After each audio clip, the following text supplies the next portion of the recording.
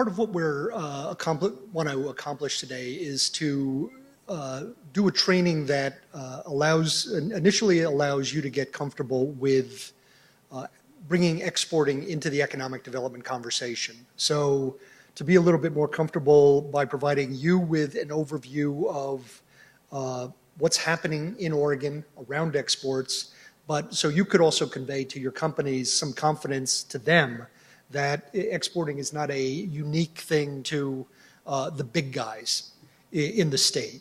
And the way we've laid out the training is to really provide you with an overview on exporting, then a little bit of an analysis from David Cole and my colleagues in Business Oregon and the SBA on what your clients face with regard to learning about exporting and knowing what they need to know to be successful.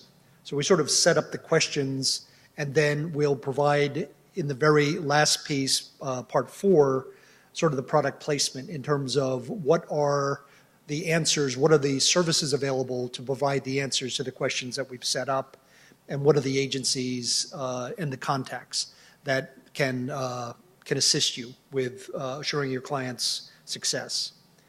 In terms of a quick overview on what's happening with exporting, Oregon exported about $18.3 billion in 2012, about the same level as 2011.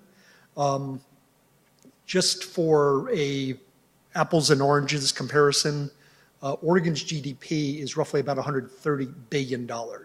So it is apples and oranges, but it gives you an example. GDP is the overall economic activity, but at 18 to 20 billion in exports, you realize how important a piece exporting is in terms of our business activity. Our top 5 markets: Canada, China, Malaysia, Japan, and South Korea. When you look at Oregon's exports, you need to factor in the Intel factor. So Intel is probably responsible for ballpark 40% of our export volume. So China, maybe 60% is Intel. Malaysia, over 90%. Costa Rica, as an example, is in the top 10, but primarily because there's a fab there, an Intel fab. Looking at markets like Canada, Japan, South Korea, our shipments are a little bit more diversified, so you get a better feeling for the range of products we produce, whether it's transportation equipment out of Freightliner, Greenbrier, a full range of agricultural products, industrial electronics equipment, whether it's smart grid products all the way to semiconductor production equipment. Or the types of products that we're shipping: semiconductors, high-tech manufacturing equipment. So if you haven't heard of ESI or Tektronix, an example of some of those types. Soybeans, a recent huge increase to Asia, wheat, industrial electronics, and medical equipment. We are what I call an intermediate product economy. We make a lot of things that go into things. So in terms of what they call terms of trade, we ship out Intel semiconductors, which may come back in personal computers.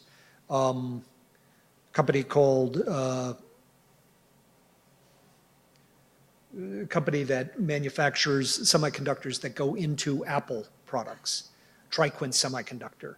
So we are healthy when the U.S. economy is healthy. We're exporting industrial products that may come back as consumer goods, or we're sending out industrial electronic manufacturing equipment, oscilloscopes from Tektronix, that type of thing that may be used in the production of products that are consumed both domestically and globally.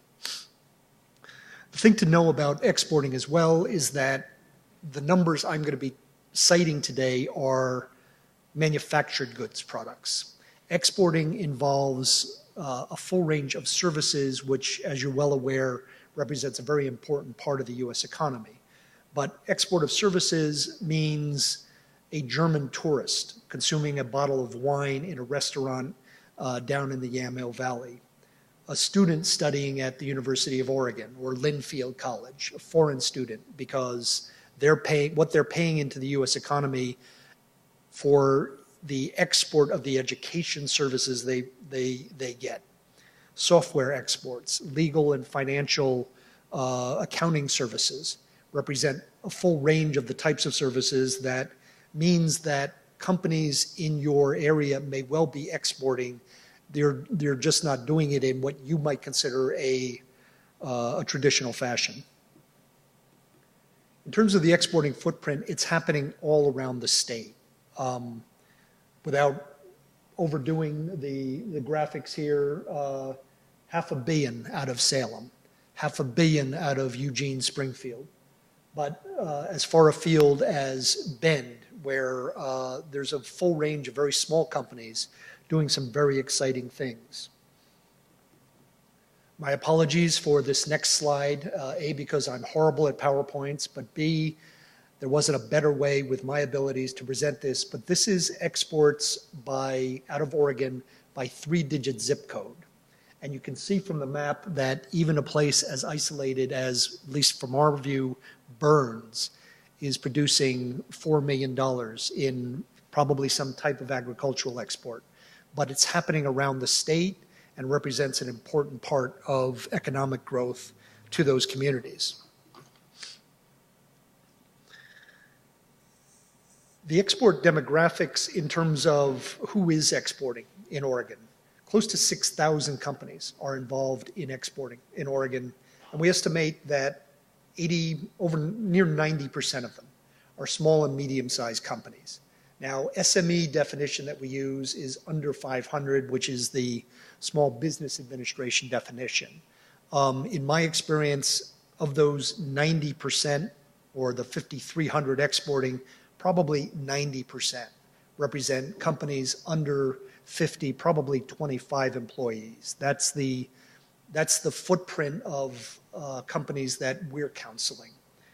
And in each of these categories, both the larger exporters and the smaller exporters, between 2010 and 2011, we saw increases. So you'd think in a downturn, fewer people would be doing economic activity.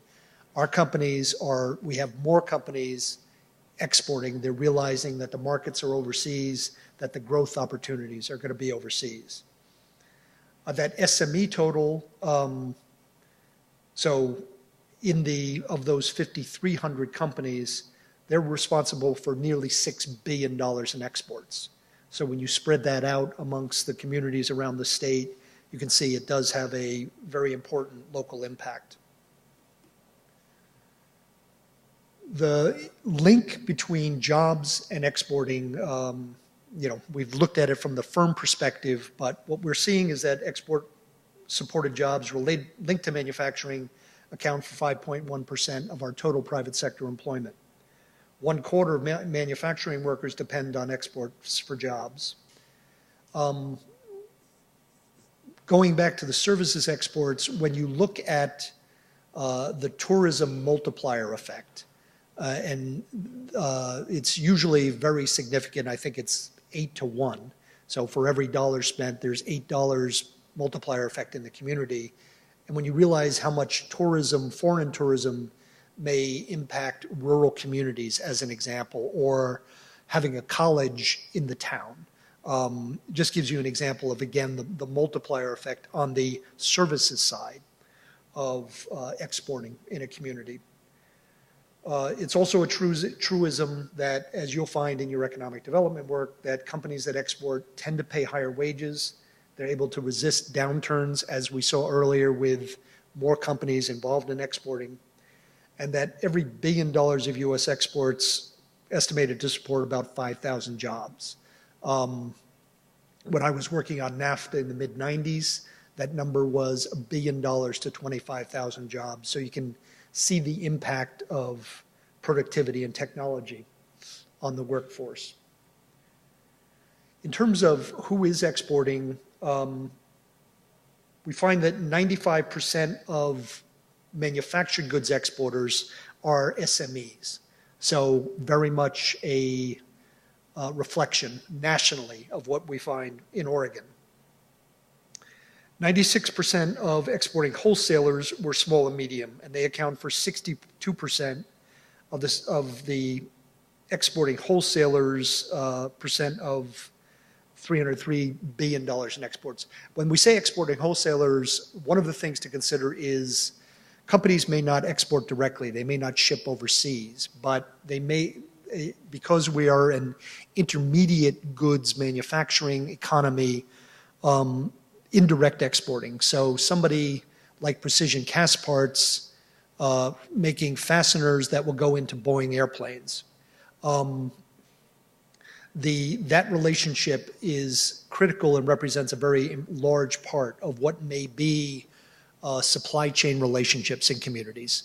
So in that regard, it's important to look, when you're talking to companies, to look at who their customers are, and if they're in an exporting supply chain, again, it's part of the fabric of what's happening, and in many of the things that we'll talk about today will relate to what they need to know to be successful, not only within that supply chain, but as they might grow to look for overseas customers. When we're talking about exporting companies and talking about global markets, one of the things that we want people to be excited, but we want them to be realistic. When you look at the world, you don't need to say, my God, I should be exporting to 190 countries out there. 81% of our exporters are shipping to at least one of our top 25 trading partners, one market. So Canada, Mexico, the UK, Australia. That's okay. Get comfortable in the easier markets and then expand. China, not the first place you need to go to. There are challenges in many of the what might be the most exciting markets that you're reading about. China, India, Brazil, Russia, the BRICS look very exciting. They're not places to be treading as a new to export or a relatively unsophisticated exporter. Canada is one of our largest export markets, and when you look at the key markets that most of our companies are going to, Canada and Mexico, we have the North American Free Trade Agreement that presents easy opportunities, easy access, reduced tariffs going into those markets as target markets. The UK and Germany, middle or high income economies that Oregon products are well suited to. So UK, easier place to do business. Language, not a barrier. Germany, most Germans speak better English than I do. So again, comfortable places to do business, very receptive to Oregon products. And then lastly, Australia, another place, language is not a barrier, another market in which we have a free trade agreement. So easier access, better place to look. Among our top 25 export trading partners, looking at Australia, an FTA, Turkey, a new, very exciting market, some challenges, but a good market. Chile, good market, free trade agreement with them. The Netherlands, very exciting place to do business, not only because it's easy in terms of language. The Dutch actually prefer to speak English very much when talking to actually any foreigners, but also the best place to enter Europe. Very easy to get in and centrally located to get your product elsewhere throughout the EU. Now, when we're talking about exporting, what we'd like you to do as economic development officials is to help the company understand what can be involved in exporting. So really, one of the things that you'll hear more about from my colleague speakers today is the company commitment and internal awareness. Companies can get very excited about exporting, but that excitement needs to pervade the company on the one hand, and then needs to translate into commitment. So you might have a young salesperson right out of college, very excited about going into the market, about going into foreign markets. The CEO is very excited about sending him that way, taking advantage of that energy. But if the CFO is insisting on as a company policy payment in advance, getting paid in advance. You're not going to go very far. If your shipping guys don't know what's involved in shipping overseas, you're not going to go very far. Yeah, you can use FedEx, you can use UPS, but if you want to encourage exporting as a company strategy, you need a little bit deeper commitment and some training up. Challenges that companies face as they're looking beyond internal, now external. What's the marketing know-how? What kind of foreign information, what kind of market research and contacts do they need to be successful? Trade financing and banking infrastructure. Two pieces here. One, smaller companies tend to very often deal with smaller banks that may not have the capacity to handle international transactions. You'll hear from Jeff Deese about very exciting products that are suited to small banks and make exporting much more comfortable in terms of credit committees and that type of thing. But the relationship between the engagement of the CFO in supporting a transaction and the bank's capacity can be critical. The other thing is, as you move outside of Portland, the trade infrastructure for banks, smaller community banks, may not have relationships that can support international transactions. So it may well be that a comfortable CFO relationship with the local community bank, because they've gotten full service, doesn't necessarily translate into supporting an international transaction. But you'll hear a little bit more about that. Regulatory information and compliance capacity. You'll hear about using freight forwarders to get products overseas, but one of the things they can also do is assist with what are the regulatory issues I need to know. So if I require FDA approval here, I may need an equivalent overseas. Usually having FDA approval here will help you get into markets, but knowing what you need to know before you're shipping, before you're actually going deep into the market is very important. Lastly, transportation, shipping infrastructure, and contacts.